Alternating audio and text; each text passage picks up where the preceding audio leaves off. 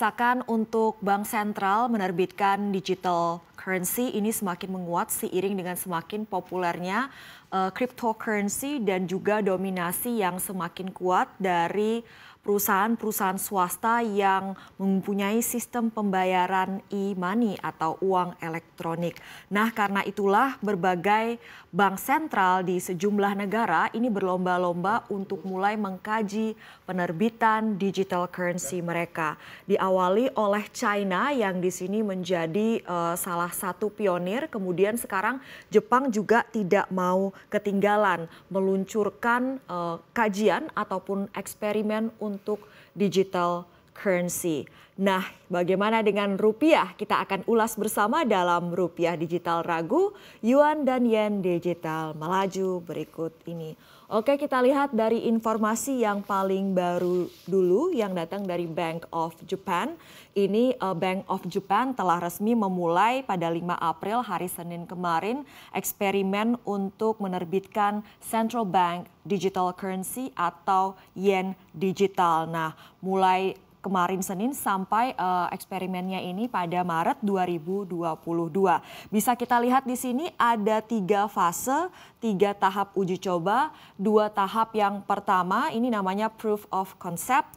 Ini tahap yang pertama ini berupa mengecek kelayakannya seperti apa dari sisi penerbitannya, distribusinya, kemudian redeemingnya atau penebusannya. Kemudian fase yang kedua ini akan lebih detail lagi sampai ke penentuan seberapa besar atau apakah akan di-set limit digital currency yang bisa dipegang oleh tiap-tiap entitas. Kemudian jika diperlukan akan diluncurkan fase eksperimen yang ketiga yaitu fase pilot project. Ini nanti di mana akan diluncurkan pilot program yang melibatkan tidak hanya penyedia layanan pembayaran tapi juga pengguna akhir. Nah, setelah China memimpin proyek digital currency ini ya, sekarang Jepang tidak mau kalah, namun ini tidak berarti bahwa Bank of Japan ini mengubah standing mereka. Bank of Japan mengatakan while there is no chance and the BOJ stance, it currently has no plan ya to issue CBDC. We believe in initiating experiments at this stage is necessary. Jadi eksperimen pada saat ini dinilai penting meskipun saat ini sebenarnya belum ada rencana dari BOJ untuk menerbitkan Central Bank digital currency ya. Tapi kalau misalnya tidak diluncurkan eksperimennya maka ini Jepang akan semakin ketinggalan karena kalau kita lihat China aja, China itu meluncurkan eksperimennya itu dari tahun 2014. Tapi uji cobanya baru dilakukan tahun 2020. Nah, Jepang baru meluncurkan eksperimennya sekarang di tahun 2021.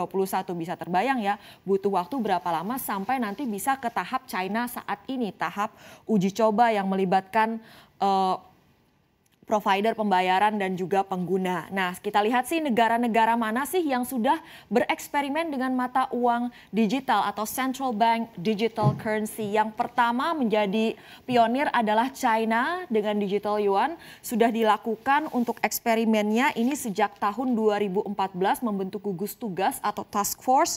Kemudian di tahun 2020 Oktober sudah dilakukan uji coba tahap 1 langsung melibatkan pengguna. Ini di Luoho, Shenzhen, dan di 2021 ini awal tahun ini juga dilakukan uji coba lanjutan di Suzhou. Jadi ini China yang paling maju dalam hal ini. Kemudian ada e-krona dari Swedia. Ini proyeknya sudah dimulai dari 2017. Pilot projectnya ini berlangsung dari tahun 2020.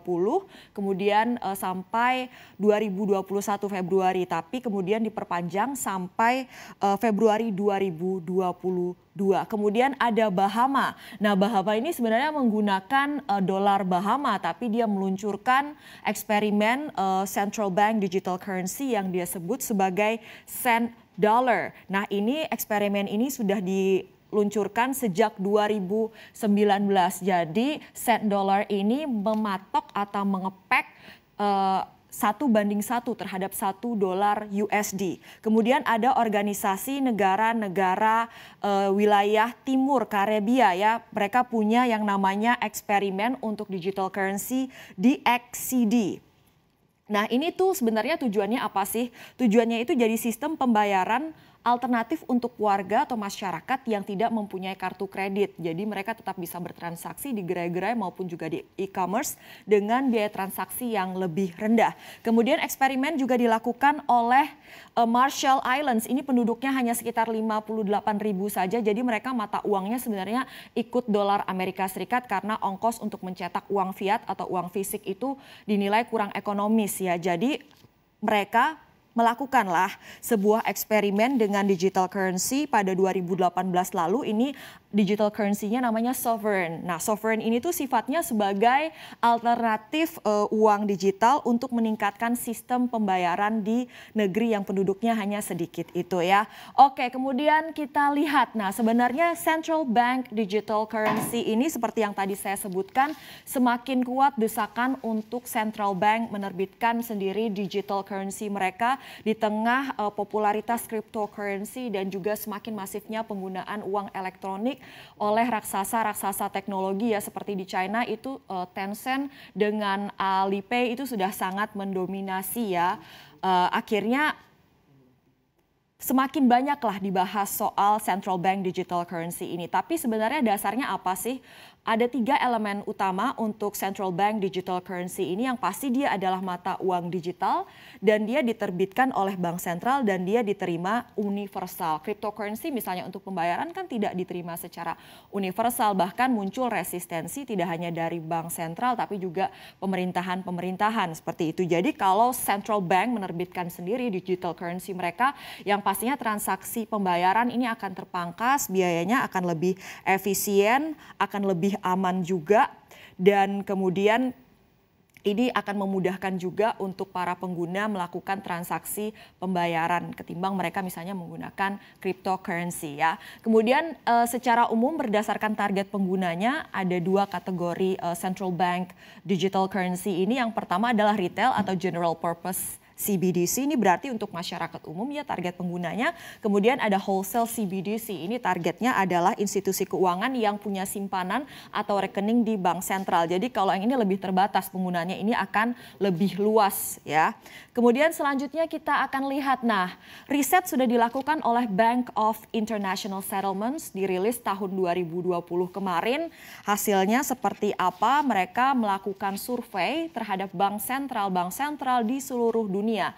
Rupanya nih, sebenarnya kajian akan digital currency ini dilakukan mayoritas bank sentral di dunia. Ada 80% bank sentral di dunia yang melakukan kajian atau riset soal central bank digital currency. Nah, fokus riset digital currency bank-bank sentral ini apa sih? Ternyata yang lebih besar ini sekitar 50% ini meriset untuk yang hybrid ya. Jadi baik yang untuk target penggunanya itu wholesale maupun yang target penggunanya general purpose yang masyarakat umum. Kemudian langkah apa sih yang mereka lakukan selain melakukan kajian atau riset soal central bank digital currency? Nah, ini sekitar 40% dari bank sentral ini sudah berada di tahap dari conceptual research, dari riset soal konsepnya ke eksperimen atau tahap yang disebut namanya proof of concept. Kemudian 10% central bank atau bank sentral ini dalam tahap pengembangan untuk pilot project. Jadi udah lebih maju ya, sekitar 10%. Ini dia hasil riset dari Bank of International Settlement. Kemudian ada macam-macam alasan atau motivasi mengapa ini bank sentral mengkaji, meriset soal digital currency. Ini di antara alasannya adalah stabilitas finansial, kemudian implementasi kebijakan moneter, inklusi keuangan, efisiensi pembayaran domestik, efisiensi pembayaran lintas batas, kemudian keamanan pembayaran dan alasan-alasan lainnya. Kalau kita lihat pada hasil riset dari Bank of International Settlements ini yang merah ini adalah negara maju, yang biru ini negara berkembang. Nah, terbaca dari riset ini bahwa untuk beberapa alasan di sini, yaitu untuk implementasi kebijakan moneter, inklusi keuangan, dan efisiensi pembayaran domestik, ini untuk negara-negara emerging market atau negara-negara berkembang, mereka punya motivasi yang lebih tinggi dibanding negara-negara yang lebih maju ya. Bisa kita lihat di sini yang warna biru ya. Seperti itu, ternyata rupanya untuk negara-negara emerging markets ini lebih punya dorongan untuk mengembangkan mata uang digital Nah, kita sekarang berbicara soal Indonesia. Gubernur Bank Indonesia Peri Warjio nih dalam acara CNBC Outlook beberapa waktu yang lalu mengeluarkan statement yang menarik untuk dicermati. Menurut Peri Warjio, kami sedang merumuskan Central Bank Digital Currency atau CBDC yang BI akan terbitkan dan edarkan dengan bank-bank dan fintech secara wholesale maupun retail. Berarti hybrid yang dipilih oleh Bank Indonesia. Andai kata nanti jadi melakukan riset dan juga eksperimen lebih jauh. Nah, 3 model rupiah digital di sini adalah yang pertama indirect CBDC. Ini efek disrupsinya lebih kecil karena apa? Sistem kerjanya itu tidak jauh berbeda dari sistem saat ini berlaku ya. Tidak ada perubahan besar dari peran bank sentral. Transaksi finansial ini dilakukan tetap melalui perantara yaitu bank komersial. Jadi bank sentral akan menerbitkan digital currency-nya kemudian disalurkan atau didistribusikan lewat bank komersial. Bank melakukan peran know your customer, kemudian memverifikasi hingga pembayaran transaksi pengguna digital currency ya. Kemudian ini yang efek disrupsinya lebih besar, yang direct ya. Ini perubahan besar terjadi di sistem finansial kalau menggunakan model yang ini. Karena apa? Artinya individu, gerai-gerai atau merchant, korporasi ini bisa punya rekening langsung di bank sentral ya. Padahal kita tahu selama ini bank sentral ini hanya menangani transaksi-transaksi bank-bank komersial ya. Jadi bayangkan kalau nanti merchant, individu, perusahaan punya rekening di bank sentral. Bank sentral akan memproses transaksi yang jauh lebih besar. Tapi ini sebenarnya dari sisi keuntungan akan lebih menguntungkan untuk pengguna individu maupun pelaku usaha. Nah, kemudian ada jalan tengahnya nih, hybrid. Menurut studi dari Moody's sendiri ini yang paling memungkinkan sistem yang hybrid ini. Karena apa? Ini juga sistem yang diterapkan oleh digital yuan ya, oleh China. Nasabah ini memang bisa memiliki rekening langsung di bank sentral, tetapi bank tetap berperan, bank komersial ini tetap punya peran sebagai perantara menjalankan sistem pembayaran atas nama bank sentral. Jadi itu jalan tengahnya. Nah, kemudian ada statement terbaru dari Direktur Eksekutif Komunikasi Bank Indonesia Erwin Haryono dalam cuap-cuap cuan mengatakan bahwa untuk digital rupiah ini Bank Indonesia akan sangat berhati-hati karena apa? Ini timing itu sangat penting dan kemudian agar juga jangan sampai terjadi salah desain.